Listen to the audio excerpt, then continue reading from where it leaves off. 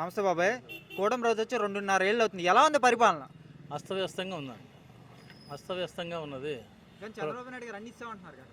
ఏది ప్రజలు అసంతృప్తితో ఉన్నారు. అన్ని ఇచ్చేది చెప్తున్నారు కానీ మైక్లో చెప్తున్నారు కానీ కార్యాచరణ లేదండి. ఒక జిల్లాలో చెప్పమని పూర్తిగా ఒక్క జిల్లా చెప్పమనండి. ఏమి ఇచ్చాడైనా? తల్లిగా ఉందండి, ఎంతమందికి ఇచ్చాడు? ఎంతమంది అంటే అంతమందికి అన్నాడు. ఒకరికి ఇచ్చాడు, తప్పకుండా ఆపించాడు.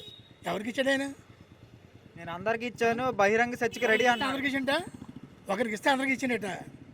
ఆయన ఎవరికి ఇవ్వలేదండి, పేరుకే. గ్యాస్ అన్నాడు, ఎవరికి ఇచ్చాడు? అది గుస్తుమంది.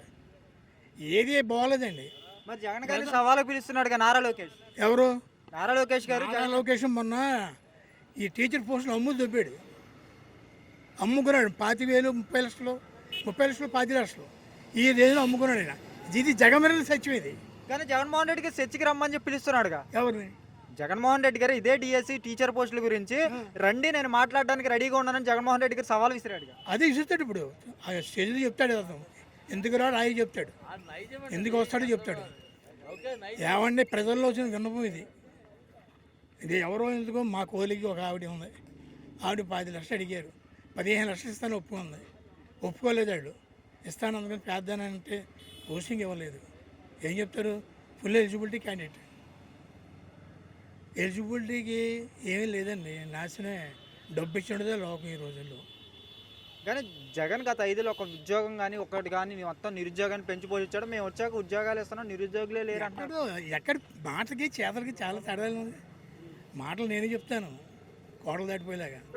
చేతలు ఉండాలి కదా, ప్రజలు చెప్పుకోవాలి కదా.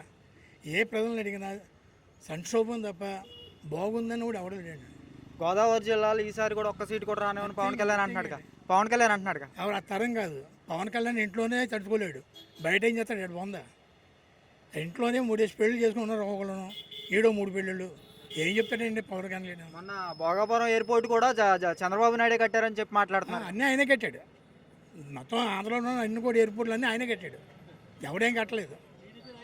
ఈయనే మొత్తం. నేనే మొత్తం కాంగ్రెస్ పరిపాలన నుంచి మొదటి నుంచి వీళ్ళే.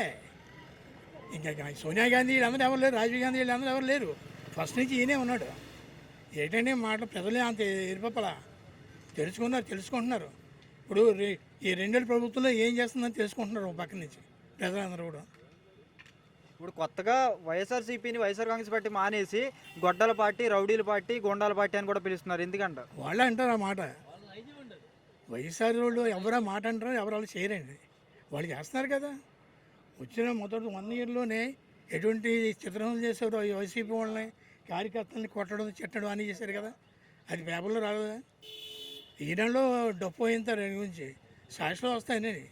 ఎందుకంటే సొంత పేపరే లేదంటున్నాడు. సొంత పేపర్లు ఇవన్నీ డబ్బింగ్ ఇవన్నీ ఎందుకు? కన్నబాబులా సొంత పేర్లు కాదు వీళ్ళు. వీళ్ళందరూ దత్తులండి. అలాగే పవన్ కళ్యాణ్ గారికి దత్తుడే.